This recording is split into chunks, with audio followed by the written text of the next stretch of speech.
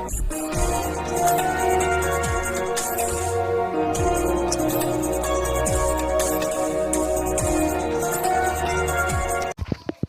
everyone, I am from English Phobia.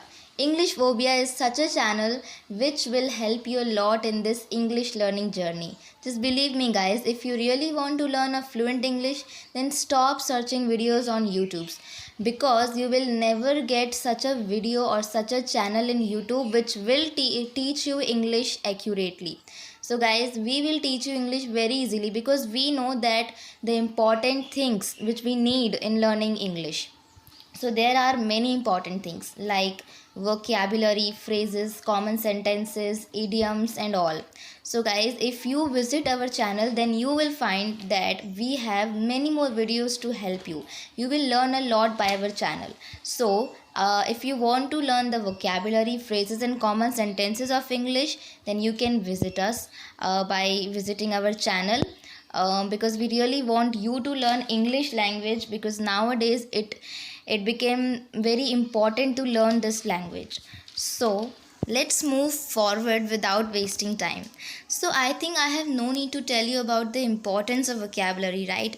Because vocabulary is really an important element of any language. It plays a crucial role in this. So if you want to learn the English language, then you must learn the vocabulary, because before speaking or before describing your thoughts, the important term which we need is the words. As more as words you know, it will help you, right? So you should learn all the important words plus all the advanced words of English language, and that's why here is our channel, and today's video is related to that. I am teaching you vocabulary. So let's learn. तो चलिए start करते हैं हमारे पहले word से, जो कि है एक्स्ट्रावेगेंट. इसका मीनिंग होता है फिजूल खर्च या असाधारण. अब आपको इसे यूज़ कैसे करना है, आइए देखते हैं एग्जाम्पल में. It's extravagant two by a car, यानी गाड़ी खरीदना फिजूल खर्च है. It's extravagant two by a car. चलिए अपना नेक्स्ट वर्ड देखें, और हमारा नेक्स्ट वर्ड है डेटेरायोरेट. डेटेरायोरेट का मीनिंग होता है पहले से और बिगड़ना, यानी कोई चीज़ बिगड़ी हुई तो है ही, पर अब वो उससे भी हाई लेवल पे जा रही है और ज़्यादा बिगड़ रही है. अब इसका यूसेज समझते हैं अपने एग्जाम्पल से. His condition has begun to deteriorate when he got discharged from hospital. इसका मीनिंग क्या हुआ कि उसकी जो हालत थी, उसकी कंडीशन, वो डिटेरायोरेट यानी और बिगड़ने लगी है जब उसे हॉस्पिटल से डिस्चार्ज मिला. चलिए नेक्स्ट वर्ड देखते हैं. हमारा नेक्स्ट वर्ड है अशेम्ड. अशेम्ड का मीनिंग होता है शर्म. अशेम यानी होता है शर्म. Are you not ashamed of your disability, यानी आपकी जो डिसेबिलिटी है, क्या आपको उससे शर्मिंदा महसूस नहीं होता, कि आप उससे शर्मिंदा नहीं हैं? तो are you not ashamed of your disability. अब सेंटेंस के बाद क्वेश्चन मार्क लगा दिया गया है, मीनिंग कि ये हमसे क्वेश्चन पूछ रहे हैं. और नेक्स्ट वर्ड है एनफ. एनफ का मीनिंग होता है हद से ज़्यादा. You have said enough, now please stop, यानी तुमने अब बहुत ज़्यादा बोल दिया है, जो कि सच में बहुत ज़्यादा है. लिमिट से ज़्यादा तुमने बोल दिया है, तो अब प्लीज़ चुप हो जाओ. You have said enough, now please stop. और नेक्स्ट वर्ड है लैविश. लैविश का मीनिंग होता है आलिशान या ठाटदार. एग्जाम्पल देखिए. He has celebrated his lavish birthday party. उसने अपनी बर्थडे पार्टी यानी उसकी आलिशान पार्टी को उसने सेलिब्रेट किया है, जो कि छोटी मोटी पार्टी नहीं थी, बहुत ठाटदार थी, शानदार और आलिशान और बड़ी थी. तो लैविश का मीनिंग होता है आलिशान. He has celebrated his lavish birthday party. आइए नेक्स्ट वर्ड देखते हैं, और हमारा नेक्स्ट वर्ड है रीइंस्टेट. रीइंस्टेट का मीनिंग है फिर से नियुक्त करना, यानी किसी चीज़ को हटा दिया गया होगा या फिर निकाल दिया गया होगा, लेकिन उसे फिर से उस जगह पर हमने नियुक्त कर लिया है, सिलेक्ट कर लिया है या अपने काम पर रख लिया है, तो कहेंगे रीइंस्टेट. अब इसका यूज़ देखते हैं. सेंटेंस में देखिए. Boss had fired him but today he reinstated him, यानी बॉस ने उसे फायर यानी उसे नौकरी से निकाल दिया था, बट आज उन्होंने उसे फिर से नियुक्त कर लिया है. रिमॉर्स, रिमॉर्स है हमारा नेक्स्ट वर्ड। इसका मीनिंग होता है पछतावा या फिर पश्चाताप। तो पश्चाताप के भी सेंस में यूज़ करते हैं और पछतावा के सेंस में भी यूज़ कर सकते हैं। अब कैसे यूज़ करते हैं? She was feeling some remorse after committing that crime, यानी उस गुनाह को करने के बाद उसे कुछ पछतावा महसूस हो रहा था। तो she was feeling some remorse after committing that crime. और हमारा नेक्स्ट वर्ड है सरकाज़म। सरकाज़म का मीनिंग होता है ताना या व्यंग।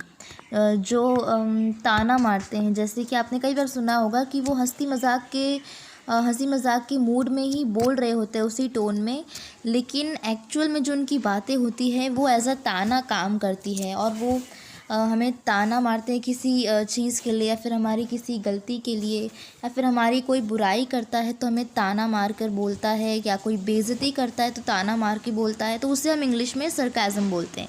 ही got hurt because of her sarcasm, यानी उसे दर्द पहुंचा है, उसे दुख पहुंचा है उस लड़की के सरकाज़म की वजह से, यानी उसके ताना मारने की वजह से जो लड़का था उसे दुख पहुंचा है।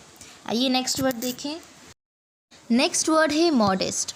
मॉडेस्ट की जगह पर आप चाहें तो हम्बल भी बोल सकते हैं, बिकॉज दोनों का जो मीनिंग है विनम्र वो सेम ही होता है। दोनों का मीनिंग क्या है? विनम्र। अब सेंटेंस में देखते हैं, even if she become celebrity she would be so modest, यानी अगर वो सेलिब्रिटी भी बन जाए तो भी वो मॉडेस्ट यानी विनम्र ही रहेगी, उसके स्वभाव जो होगा वो विनम्र होगा। नेक्स्ट वर्ड देखते हैं। और हमारा नेक्स्ट वर्ड है प्रॉम्प्ट। प्रॉम्प्ट का मीनिंग होता है फुर्तीला या तुरंत। तो इसे हम तुरंत के सेंस में भी यूज़ कर सकते हैं, और फुर्तीला का भी मीनिंग एज इट इज़ ही होता है। तो प्रॉम्प्ट का मीनिंग क्या होता है? जो तुरंत हो, बहुत ही जल्दी हो। अब सेंटेंस देखते हैं, why haven't you answered yet, I am looking for a prompt reply, यानी तुमने अभी तक क्यों जवाब नहीं दिया है, मुझे एक तुरंत जवाब चाहिए, यानी अभी के अभी मुझे जवाब चाहिए। Why haven't you answered yet? I am looking for a prompt reply. या फिर आप इसे ऐसे भी कह सकते हैं कि he is very prompt in nature, यानी वो नेचर से बहुत फुर्तीला है। और प्रॉम्प्ट को हम तुरंत के सेंस में भी यूज़ कर सकते हैं। तो चलिए नेक्स्ट वर्ड देखते हैं। नेक्स्ट वर्ड है डिप्लोमेटिक।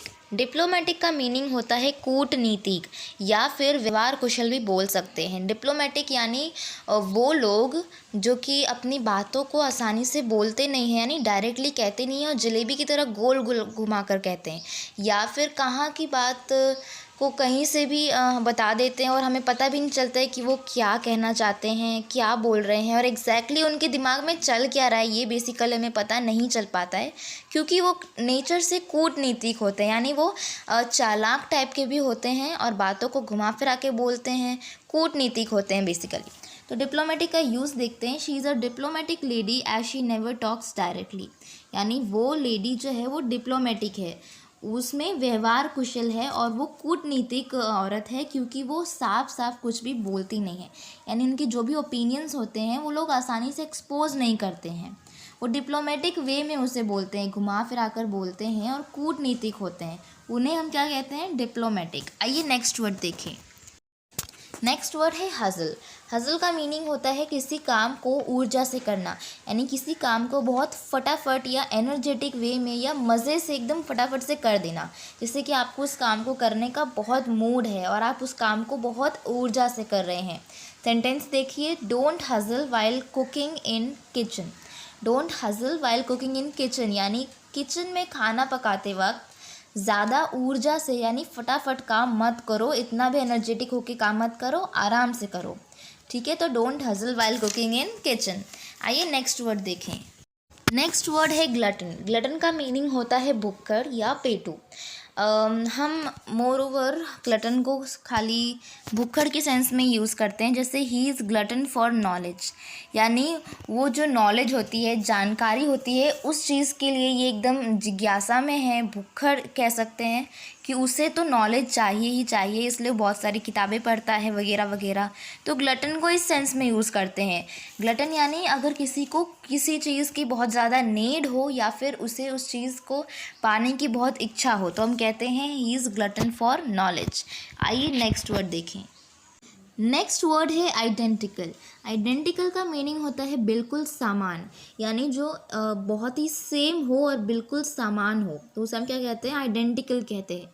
अब सेंटेंस देखिए, they both are not identical although they are twins, यानी कि जो वो दोनों हैं वो दोनों एकदम समान नहीं दिखते हैं, हालांकि वो जुड़वे हैं, यानी जुड़वे होने के बावजूद भी वो लोग समान नहीं हैं। आप ऐसे भी कह सकते हैं कि in despite of being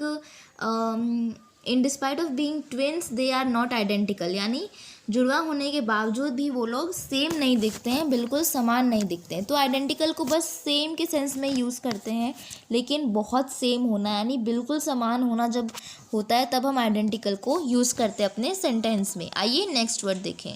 next word है ग्रीवियस। ग्रीवियस का मीनिंग होता है पीड़ाजनक। सेंटेंस देखते हैं, that accident was very grievous to my family, यानी वो जो एक्सीडेंट था, वो हादसा था, वो मेरे परिवार के लिए बहुत ही ज़्यादा पीड़ाजनक था, यानी that accident was grievous, very grievous to my family. और हमारा नेक्स्ट वर्ड है इन्फ्रिंजमेंट। इन्फ्रिंजमेंट का मीनिंग होता है उल्लंघन करना, यानी किसी चीज़ को तोड़ना, उसका उल्लंघन करना, यानी किसी चीज़ को न मानना या फिर उसके विरुद्ध जाना। तो बेसिकली वो रूल्स के लिए तो हम हमेशा बोलते ही हैं, जैसे सेंटेंस में देखिए, I will never let you do infringement of rules of this country, यानी मैं तुम्हें इस देश के नियमों का उल्लंघन कभी नहीं करने दूंगा। I will never let you do infringement of rules of this country. आइए नेक्स्ट वर्ड देखें। नेक्स्ट वर्ड है पियर्स। पियर्स का मीनिंग होता है छेद करना या चुभाना। तो चलिए सेंटेंस देखते हैं, his opinion for me has pierced my heart, यानी उसके ओपिनियन ने मेरे दिल में छेद कर दिया है, यानी मुझे लेकर जो उसके ओपिनियन थे उसने मेरे दिल में छेद कर दिया है। His opinion for me has pierced my heart, छेद कर दिया है। चुभाना का मीनिंग ये भी होता है कि आपको बहुत उससे हर्ट हुआ है, दुख पहुंचा है। और नेक्स्ट वर्ड है नोटोरियस। नोटोरियस का मीनिंग होता है कुख्यात, यानी जो किसी बुरे काम को लेकर फेमस हो, यानी कुख्यात हो, नोटोरियस। सेंटेंस देखिए, he left her notorious among the society, यानी उसने उसे कुख्यात बनाकर छोड़ दिया सोसाइटी के सामने, यानी समाज के सामने। तो उसने उसे कुख्यात छोड़ दिया, यानी he left her notorious among the society. आइए नेक्स्ट वर्ड देखें। और हमारा नेक्स्ट वर्ड है लिबर्टी। लिबर्टी का मीनिंग होता है स्वतंत्रता या फिर आज़ादी। सेंटेंस देखते हैं, that team had fought hard for liberty, यानी उन लोगों ने, यानी उस टीम ने आज़ादी के लिए पूरी जान लगा के लड़ाई कर दी, यानी बहुत मेहनत से लड़ाई की। That team had fought hard for liberty. तो गाइस, आई होप कि आपको सारे वर्ड्स और उनके मीनिंग समझ में आए होंगे। अब now I will do only 2 request from you. पहला रिक्वेस्ट तो ये रहेगा कि आपने जो भी वर्ड्स को लर्न किए हैं, you will have to use all the words in your daily life sentences so that you will be able to understand the exact meaning of the words. And आपको मैंने ये भी सिखाया है कि उसे किस जगह पर यूज़ करना है और किस तरह से यूज़ करना है। तो आई होप आपको समझ में आया हो। अब आपका यही मेरा पहला रिक्वेस्ट रहेगा कि आपको उन सारे वर्ड्स को प्रैक्टिस करने के लिए अपने सेंटेंस के यूज़ में तो लाना ही पड़ेगा। और दूसरा रिक्वेस्ट ये रहेगा गाइज़ कि आपको अगर सच में इंग्लिश सीखनी है तो आपको time to time vocabulary learn करना पड़ेगा, फ्रेजेस को सीखना पड़ेगा और कॉमन चीज़ें जो बोलनी आनी चाहिए उसे भी सीखना पड़ेगा, क्योंकि इस किसी भी लैंग्वेज को सीखने के लिए कंटिन्यूटी तो चाहिए ही। ये नहीं कि आपने आज किया तो 10 दिन बाद आप करेंगे, नहीं, आपको रोज़ कोशिश करना है, रोज़ कम से कम आधा घंटा या 1 घंटा तो आपको इस पर वर्क करना ही पड़ेगा।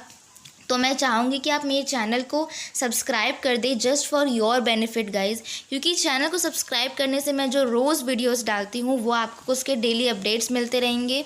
और डेली अपडेट्स मिलने से आप उन सारे वीडियोस को खोलकर देख सकते हैं और नई नई चीज़ें को लर्न कर सकते हैं, और इससे आपको इंग्लिश सीखने में और भी आसानी होगी। तो आप चैनल को सब्सक्राइब ज़रूर से ज़रूर करें और बेल आइकन को भी प्रेस कर दें ताकि आपको जो अपडेट्स मिले वो आपके नोटिफिकेशन बार पे आ जाए और आप आसानी से वो वीडियो खोल के देख सकें। और अगर आपको वीडियो पसंद आए तो लाइक कर दें, और अगर ना पसंद आए तो डिसलाइक भी कर दें।